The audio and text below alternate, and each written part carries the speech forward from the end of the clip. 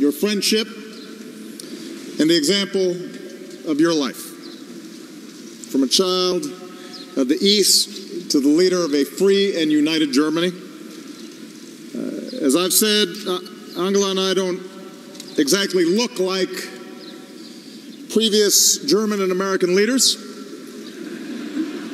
but the fact that we can stand here today along the fault line where a city was divided speaks to an eternal truth. No wall can stand against the yearning of justice, the yearnings for freedom, the yearnings for peace that burns in the human heart.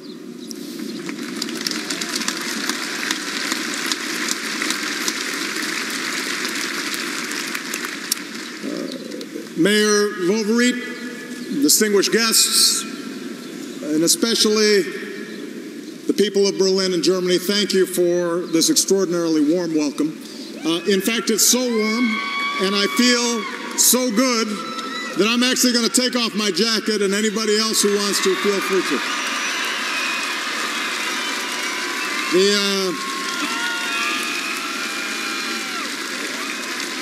We can be a little more informal among friends.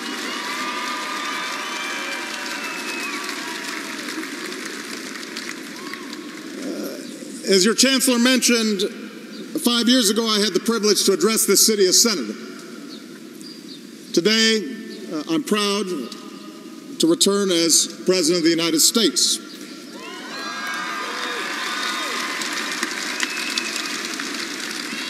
And I bring with me the enduring friendship of the American people, as well as my wife, Michelle, and Malia and Sasha.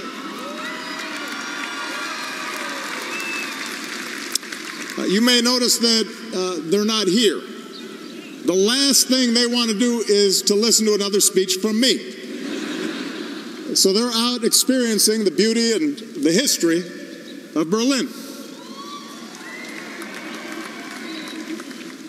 And this history speaks to us today. Here, for thousands of years, the people of this land have journeyed from tribe to principality to nation state through Reformation and Enlightenment, renowned as a land of poets and thinkers. Among them, Immanuel Kant, who taught us that freedom is the unoriginated birthright of man, and it belongs to him by force of his humanity. Here, for 2 centuries, this gate stood tall as the world around it convulsed, through the rise and fall of empires, through revolutions and republics, art and music and science that reflected the height of human endeavor, but also war and carnage that exposed the depths of man's cruelty to man. It was here that Berliners carved out an island of democracy against the greatest of odds. As has already been mentioned, they were supported by an airlift of hope, and we are so honored to be joined by Colonel Halvorsen, 92 years old, the original candy bomber. We could not be prouder of him.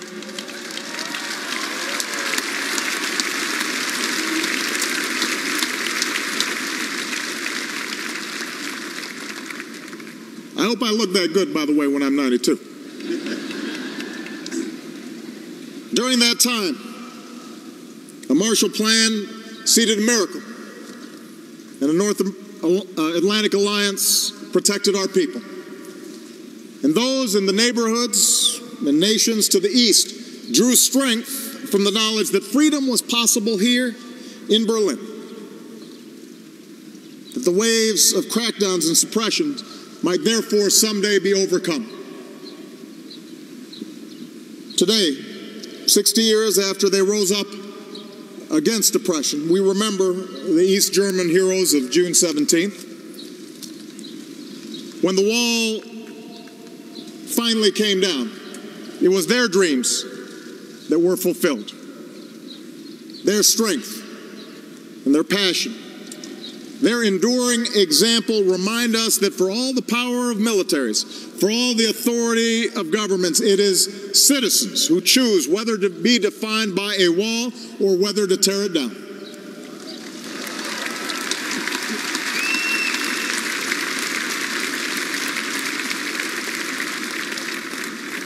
And we're now surrounded by the symbols of a Germany reborn. A rebuilt Reichstag and its glistening glass dome, an American embassy back at its historic home on Pariser Place, and this square itself, once a desolate no man's land, is now open to all.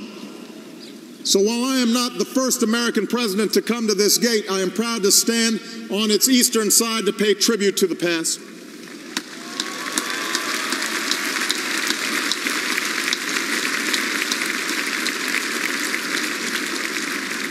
For throughout all this history, the fate of this city came down to a simple question.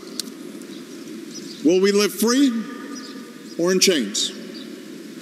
Under governments that uphold our universal rights or regimes that suppress them? In open societies that respect the sanctity of the individual and our free will? Or in closed societies that suffocate the soul? As free peoples, we stated our convictions long ago. As Americans, we believe that all men are created equal, with the right to life and liberty, and to the pursuit of happiness. And as Germans, you declared in your basic law that the dignity of man is inviolable.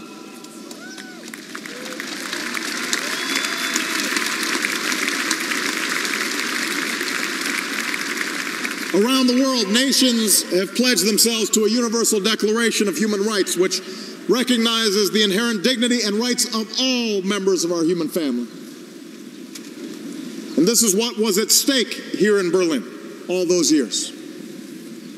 And because courageous crowds climbed atop that wall, because corrupt dictatorships gave way to new democracies, because millions across this continent now breathe the fresh air of freedom, we can say here in Berlin, here in Europe, our values won.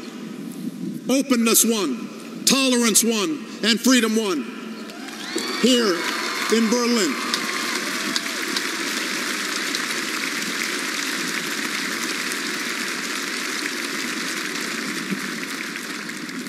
And yet more than two decades after that triumph, we must acknowledge that there can at times be a complacency among our Western democracies. Today, people often come together in places like this to remember history, not to make it. After all, we face no concrete walls, no barbed wire. There are no tanks poised across a border. There are no visits to fallout shelters. And so sometimes there can be a sense that the great challenges have somehow passed. And that brings with it a temptation to turn inward, to think of our own pursuits and not the sweep of history, to believe that we've settled history's accounts, that we can simply enjoy the fruits won by our forebears. But I come here today in Berlin to say complacency is not the character of great nations. Today's threats are not as stark as they were half a century ago, but the struggle for freedom and security and human dignity, that struggle goes on. And I've come here to this city of hope because the tests of our time demand the same fighting spirit that defined Berlin a half century ago.